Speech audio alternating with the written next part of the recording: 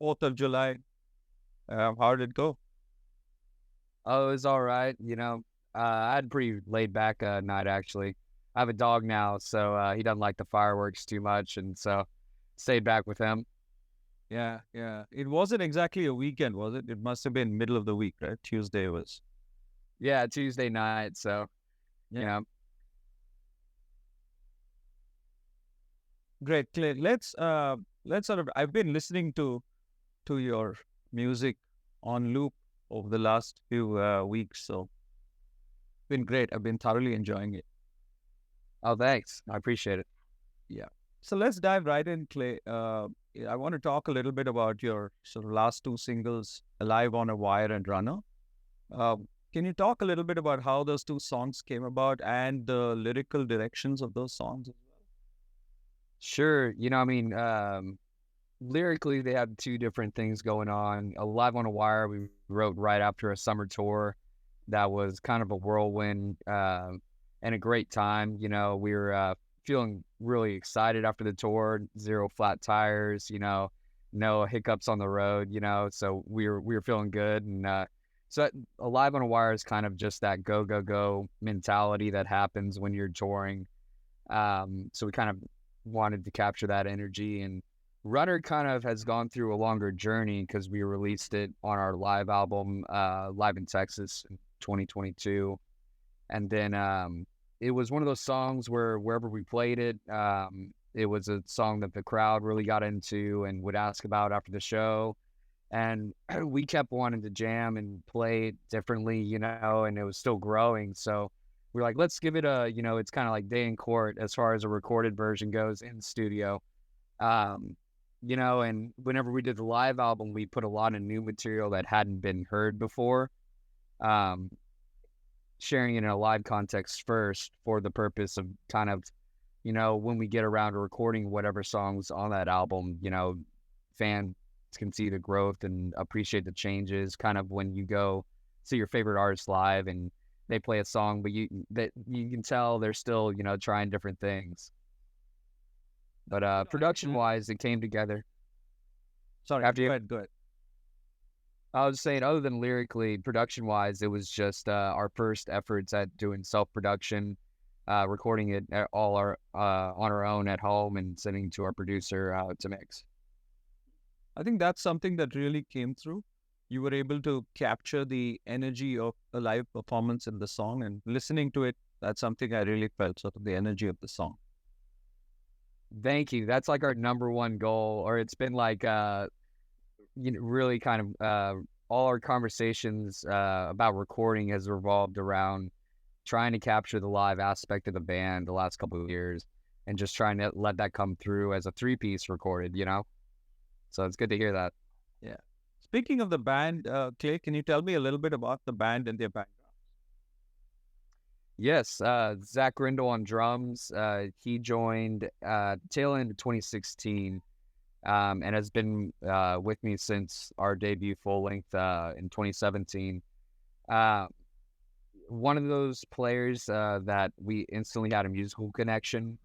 Even I remember talking to him on the phone when we first just connected and asked him his influences. And he says, I like rock and roll, like John Bonham, and I like to hit my drums hard. It's like, all right, that's what I'm looking for. And he's a beast and a great guy to work with. And he's been through a lot of different iterations of the band. And the bass player, Zachary Cox, I've known since middle school. We were in some other groups when we were younger, some more like hard rock. But he's a fantastic multi-instrumentalist, guitarist, bass player, drummer, piano player. And he joined about 2 years ago, and it's been great to bring him into the fold. We've really kind of formed this different writing process as opposed to some of the early years in the band where I would bring a lot of songs almost fully formed to the group. And then we would, work them from there. Nowadays, the litmus test is I'll bring a pretty raw idea to the band. And if we feel compelled to keep jamming it, then that's a good sign that it's worth working on, if we're having fun with it. I was just going to ask, in terms of your creative process itself, how difficult is that to write that first line, either to write the lyric or to come up with that first idea? How hard is that? I would say, I mean, there's always the blank page staring at you. What I find when I have an idea that I'm excited about, usually it's like a second verse that'll stall me the most. How do I continue this story but show a different perspective? How do I say the same thing in a different way almost? And that's really, if I can get past those couple, if I have enough to say to write a couple verses, then usually the song's going to get finished. But I will say, there will be songs I write with, I'll have all the pieces, I'll have the verses, the choruses, the bridges, but I still feel like maybe that first line isn't strong enough, or that, hook line at the end of the chorus isn't gold, or it's it when you feel it when it's right. And if it doesn't, then that's usually what will stall an idea the most. I been reading this book a friend told me about by Jeff Tweedy, and it's called How to Write One Song. And his, the whole thing, it's a short book, and his whole thing is, for somebody that's never written a song, down to, musicians who write songs all the time, just the approach of getting lost in one idea, and also moving. If your first line isn't strong, you can move the stronger line you have later in the song to the front of the song, and that can really flip it. So I think the important thing for me in process is keeping it fresh and changing things up all the time. Do you have a concrete idea of what you want the song to sound like when you start? Are you able to visualize it in some way? I would say that there is usually when I get to a point where I'm thinking about like how I want it to sound rather than what are the bones of the song. Sometimes just an idea I have in my head of a particular vibe or style in my mind might drive, what we try. And then, of course, like I was saying earlier, we've been trying to just convey what it sounds like live. So there's like some fundamental truths that I just know are part of our sound that are kind of like bones of what we're going for in production. But then as a three-piece, it's fun to really experiment with, how far can we push just three players doing everything. At what point do lyrics enter the picture, Clay? Sorry, Do the lyrics, broke up. at what point do lyrics sort of enter the picture? Does it need to grow together with the music? It's never consistently one way or another. If the lyrics start happening, then that's when it's really a song in my mind, because there's a lot of different riffs. Usually I'm playing guitar all the time. And there's a lot of different, things I'm playing, but once I start to put a melody or a lyrical idea, and I'm like, all right, this is, something to chase. So whenever that starts to happen, then I'm chasing an idea of a song. But sometimes it's a lyric first. And then I start to approach arranging music around, whatever lyrical idea I have. There's so much technology around music, and a piece of music can continue to be worked on and produced almost infinitely. How do you decide when a piece of music is sort of ready to go? I think it's like that question is something all artists battle with as a question to themselves, And I will say that I've been happy we made the decisions in the past to, put a finish date on a project, to commit to releasing something. Because I know there's a lot of great artists with great songs, and, you can get into that perfectionist mentality to where it's never ready, And several artists have talked about it, but just how recordings are kind of like a snapshot in time as far as where you are as an artist and where that song is in its life. And I like that idea because you're never done, and that's what happened with Runner is we weren't done with it, and we wanted to keep trying things, and it was cool to be able to put out another version of it. But I will say that I think for myself, at least, there's a lot of obsession that goes into releasing anything. up to the point that anything's released. And so there is like a point where I'm like, all right, I've obsessed enough, you know. You can drive yourself crazy over one song. Yeah, yeah. How obsessed are you with the production side of things? There's a balance between keeping things organic and you run the risk of overproducing something. So how obsessed are you with on the production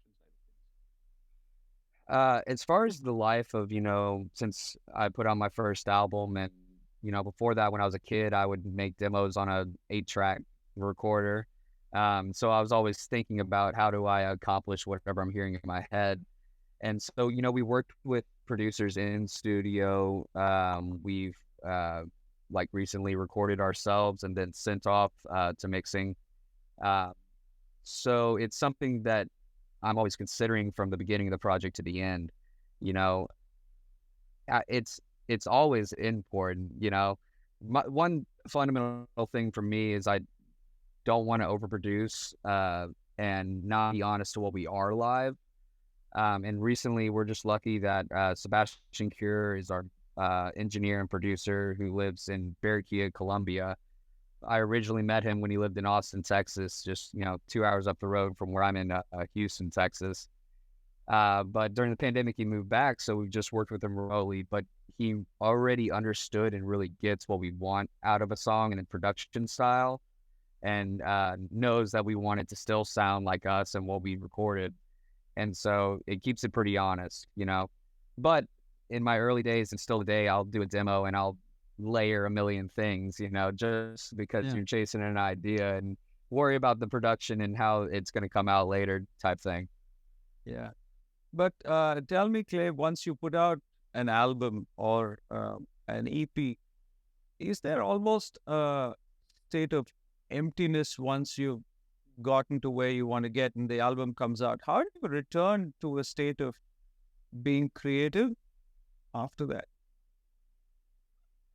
For me, I definitely go in cycles, but usually by the time anything's being released, it's been done for a while, and I've always been working on the next thing by the time, a song's released, just because it's a long process. It's a lot different than some mediums where the work you make is ready to go once it's done. And I definitely have that affliction that's they say about songwriters where you only feel as good as your latest song, Yeah. When I don't have a song that I like, that it's been a couple weeks or whatever, I'm like, oh man, what am I doing? Am I a songwriter or not?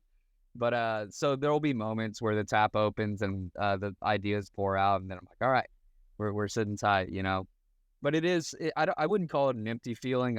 It's very relieving actually, because having been the song usually been ready to be heard for a couple months at least before it's actually released. It's just nice to get it out there, and it's another statement and another chapter. So of all the songs you've played, Clay, your own songs, you did a fabulous cover of ZZ Top's Jesus Left Chicago. Are there any particular songs that you play either live or that you've recorded that have special meaning to you? As far as covers or originals? It could be either.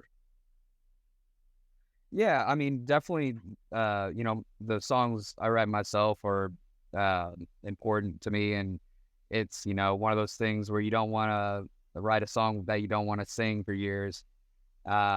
With the covers, with Jesus Just Left Chicago specifically, that was a band that, my first experience getting to sit down with music and be able to really kind of choose my own path as far as what I listened to was my dad giving me his cassette collection when I was 8. It was a briefcase with 50 or so cassettes, and that album of ZZ Top's was in there.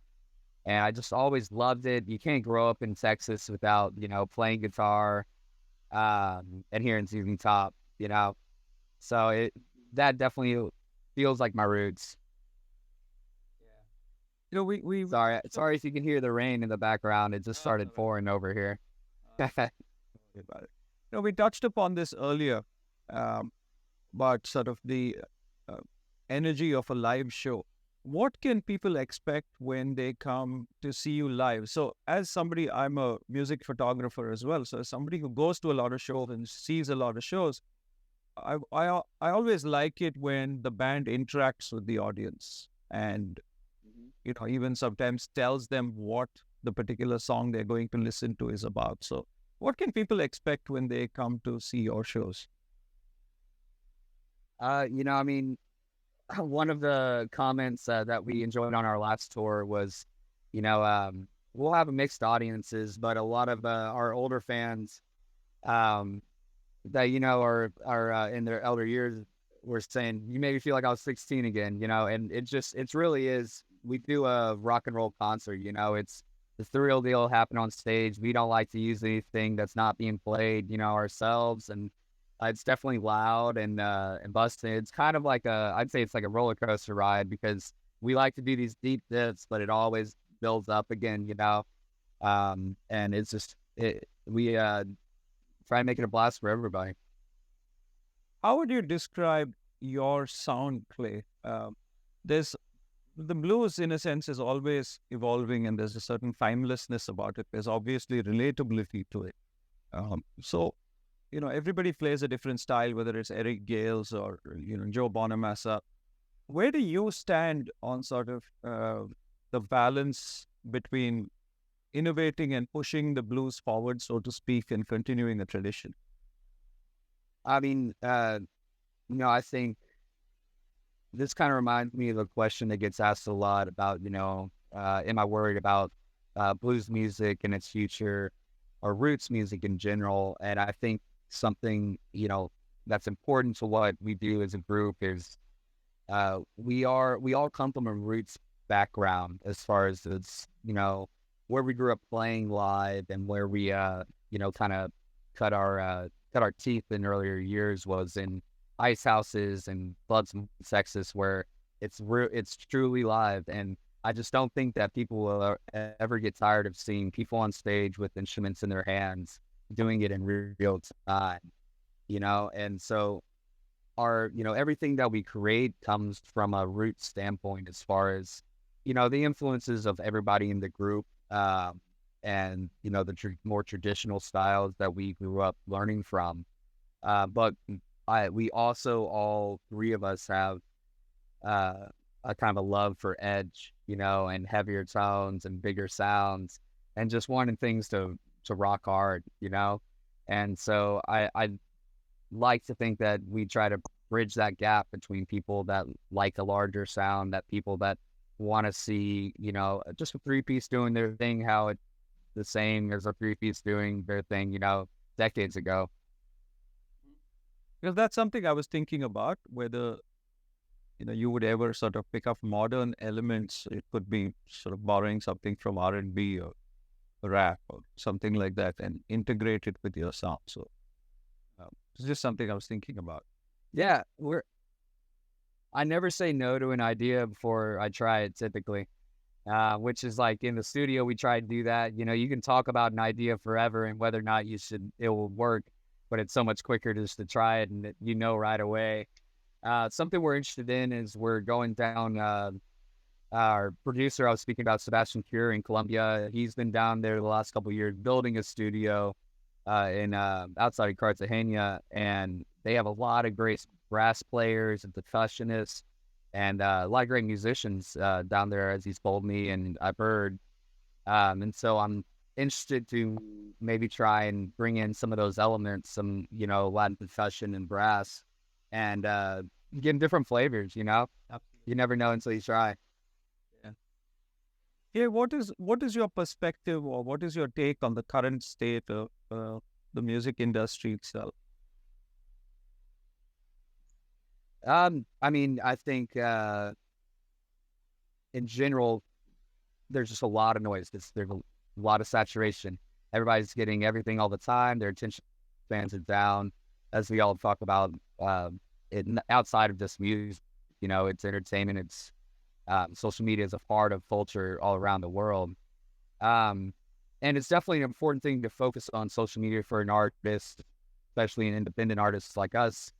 But what I find is that works for us and has worked for years and keeps me confident is we focus also on the fundamentals of being a working live band and getting out on the road and playing shows. I always encourage younger players, because I was encouraged when I was younger, to go out, get in the band and go play some shows and be in front of those live crowds, be in front of people that want to hear live music. That's never going to go away. So that keeps, the band alive and growing and in a real way. There's a lot of perceived success on social media that I think, that may not stick around, who knows? So it's nice to be able to lean on what's real. Yeah, because as a consumer, something like Spotify is tremendously empowering because it helps me discover new artists and new musicians. Yeah. As much as from a musician's perspective, there's that much more competition. You're absolutely right in the fact that unless you get out there and continue to play live, uh, that people might not obviously hear about you or discover your music as well. It's also the reality of, the monetary value of a song. It's just a reality that these streaming services have pretty much, take that off the table. So if you're going to make money and going to grow as a artist, to be able to fund more albums and more tours, you just got to get out and tour. It's all ticket and merch. And it's fine with me because playing live has always been my favorite part of doing all this, Yeah. So you've toured with people like, bands like Grand Funk Railroad. You've played iconic venues like the Whiskey. What has that been like? Do you have any fun stories to share from your tours? From tours, yeah, Tales from the Road. Yeah. For sure. There's many. It's wild. It's the craziest stories are always the most unexpected. Like when you're somewhere you just didn't expect anything to happen. One thing we always laugh about is we were leaving Nashville, and we passed this truck that had a drum set in it, and they passed us up because we're in a tour bus going real slow. And then about an hour later, we see a kick drum rolling down the highway at us. And it had to be a drum set, right? That's going to hit the musicians in a tour bus. So we're swerving, but we're not going to miss it, And this kick drum just obliterates right in front of us. Luckily, no one was hurt. The vehicle was fine. But it was very ironic, Of course, it's going to be something like that. And we've been kicked out of country towns because the locals didn't like us coming in and being from the city. That was another somewhere in North Carolina. I won't name the place, but they didn't like us for some reason. We said we should play this show, But then you end up eating pizza somewhere, parked up in a Walmart for the night, and it's not too bad of a time. Yeah. I thought that kind of a thing was reserved for the black metal bands and things like that. Yeah, what it really was is we took somebody's parking spot that was a local, and he was all mad, and we said we'll move in 15 minutes, and him and his boys came around, and they were finger gunning us, and we talked to the bar, and we said, hey, should we be worried about this guy? He's like, oh no, that's just Randy. He's a crazy alcoholic, but you'll be all right. And it's like, well, all right. So I guess all the locals know each other. But you're just it's interesting going around the country and the states, and it's so large that there's so many different cultures everywhere, and it keeps it interesting, Yeah, absolutely. How hard is it to sort of reintegrate to regular life, if you want to call it that, after the high of a tour? What Neil Young, I think, called life after a gold rush. Yeah. It does feel like that. There is like a reset period. I prefer some isolation with my dog, for a couple days after, because it's a lot of social interaction. Luckily, we get the band and crew that we tour with, we get along great. But even then, you can get kind of drained, but usually after the kind of, isolation period after, then I'll start writing some songs, feel back to it. Yeah. Clay, I want to talk briefly about your early days in music. I was reading a study the other day that said I think it said we make our most incisive musical memories between the ages of 13 and 16. So going back, what did music mean to you then and what's changed since then? It's a great question. I mean, I totally agree. You get so connected to the music that you're listening to when you're at that impressionable age. I think the thing that stuck with me is, and that's why I always love the blues and these, you know, early rock and roll bands and earlier styles. Like I listen to a lot of jazz and New Orleans styles because I love improv. Is it these styles you hear so much emotion directly, and that's what really moved me when I was younger. You know, is just the way Buddy Guy would bend a string, or you know, the notes that BB King plays, just really hit you. You know, and that's always what I'm chasing when I hear something new today, or something I strive for when we're writing a song. But you know what's changed, I think, as I get older personally, is it matters less to me some of the things that you just get wrapped up when you're younger in like an image of a band or you know, these, and I think that's kind of goes back to social media. There's all this perception that's not reality, you know? And so I've kind of like chunked that to the side, and I want to like when I hear a new artist, I want to hear them without seeing anything. You know, I just want to hear the song and see how it feels. Do you come, There's a little more screening maybe.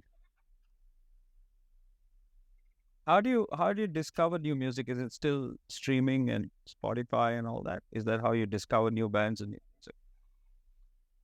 I'll use streaming, and then I'm lucky to have friends that listen to a lot of new music and stuff, you know, that is outside of the music that I find myself. You know, I definitely am an old head as far as music goes. I'm usually reaching back rather than you know, checking out too much new music, but it's not because I don't want to hear what's being put out now. It's just I'm always interested in music history, Yeah. specifically, and how these styles and players influence, you know, people I enjoy, and just I think there's so much to learn from traditional arrangements. But yeah, it'll be Spotify, YouTube, friends.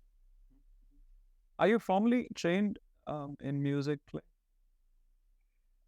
My most important years, I did about 2 years of lessons when I first started. And then when I was about, you know, 13, 14, I started going out and playing live in Houston at open jams. And there were older players in the scene that were very welcoming and gave me a lot of opportunities. And I learned a lot playing with all those players. So the live thing kind of caught me. I already had the bug for playing guitar, but once I started playing live, I was kind of, you know, addicted to that feeling. Uh, I did some jazz in college. It's really the only thing I did in college. I took about a year and a half and took all the music courses I could, and then felt if I was going to do music, that a degree wouldn't help me, so I'm going to get out now. And so I did some, you know, jazz ensemble, big band, and stuff like that, some swing, and the way I've always felt about theory and some of the more rules of music is that they are rules that are meant to be broken, you know. But it's great for communicating with musicians, being able to get to an idea quickly, and also being able to think on your feet, you know. Yeah, that's something I've wondered whether a formal education in music um, hampers creativity to an extent or hampers imagination to an extent.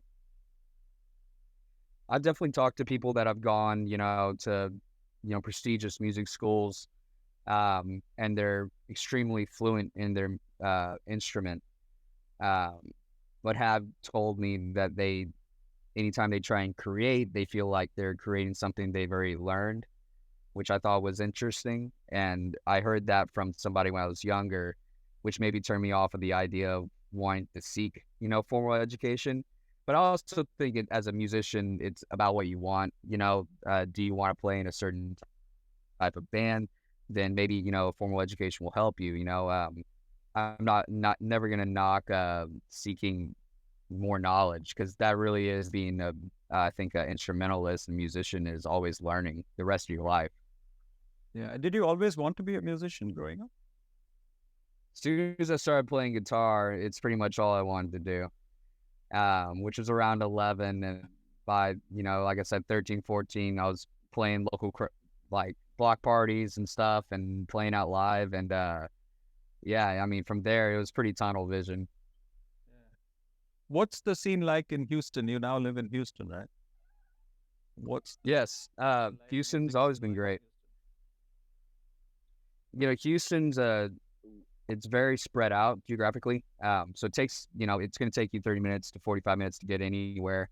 But it's also one of those things where there's not a centralized district for where the clubs are. They're all over town. So I would say it's different from some scenes where all the music seems to be in one area. And then you have a lot more just concert goers that are looking to find whatever. But there's great staples. Continental Club is an awesome club here that has a club in Austin that, has had blues legends play there. It's been open for decades. And, I always think there should be one or two more rock clubs. But that's just me. Yeah. Have you also met a lot of the guys that you spoke about, whether it's Buddy Guy or Billy Gibbons? Have you met? Haven't met either of them. They're both definitely some of my favorites. But you're talking about like Grand Funk Railroad and Searle Tunical and the gang, and it's those are people you learn from every time you're around them. Yeah, I had the good fortune of working with both of them. Wow. Yeah, one of the things that stood out to me, they say never meet your heroes, but one of the things that stood out to me was just the humility and how humble and down to earth both of them were, and happy to share knowledge and just happy to talk and meet new people. That's that maybe a little bit of that southern thing, Louisiana Buddy Guy, he's known in Chicago, but he's a Louisiana guy as well. And yeah. I've heard the same thing actually about Billy Gibbons, just that he'll talk to you like anybody. Yeah, incredible human being. Yeah. What are your future plans, Clay, in terms of the new album, tours, and things like that? Yeah, we're like I said, we're going down to Colombia to record with Sebastian later this year. Going to do a batch of songs, and we'll be releasing more next year, and putting a release together, and have some exciting plans brewing over in Europe that we'll announce later on. But we've been trying to do that. We were getting ready to go over there right before the pandemic, and like everything else, it was pushed back, and so it's been a couple of years in the making. So we're going to be excited to announce that. Yeah, we have a big blues festival annually here in India as well, in Mumbai, and Buddy Guy has played there a few times. Billy has played there, and last year Kingfish was here. So hopefully we'll see you. Nice. Would love to. Yeah. Last question before I let you go, Clay. If you had to pick your top 5 albums for you across genres, what would it be? Okay. Electric Ladyland, Hendrix. All Along the Watchtower was a song that really got me going for wanting to play guitar. Songs in the Key of Life, Stevie Wonder. Trying to pick my favorite Stevie Ray record. Couldn't Stand the Weather by Stevie Ray Vaughan. Led Zeppelin 3. Those were, and Tres Hombres. All those were like my core inspirations when I was younger. So yeah, also Tres Hombres by ZZ Top, and then Continuum by John Mayer when I was younger. I've always appreciated how he can, the way he plays guitar is really up my alley. I love the way that he comps and does his lead fills, but he can arrange them in, a great, more like modern pop arrangement, It's very tasteful. Yeah. Do you see yourself as more a guitar player or a singer?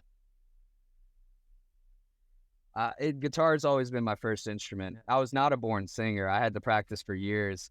But I did, I did it. I think that was an important part, but there's some definitely cringy videos, early years, but I'm always picking up my guitar and thinking about that all the time, Yeah, yeah. Anyway, Clay, thank you for your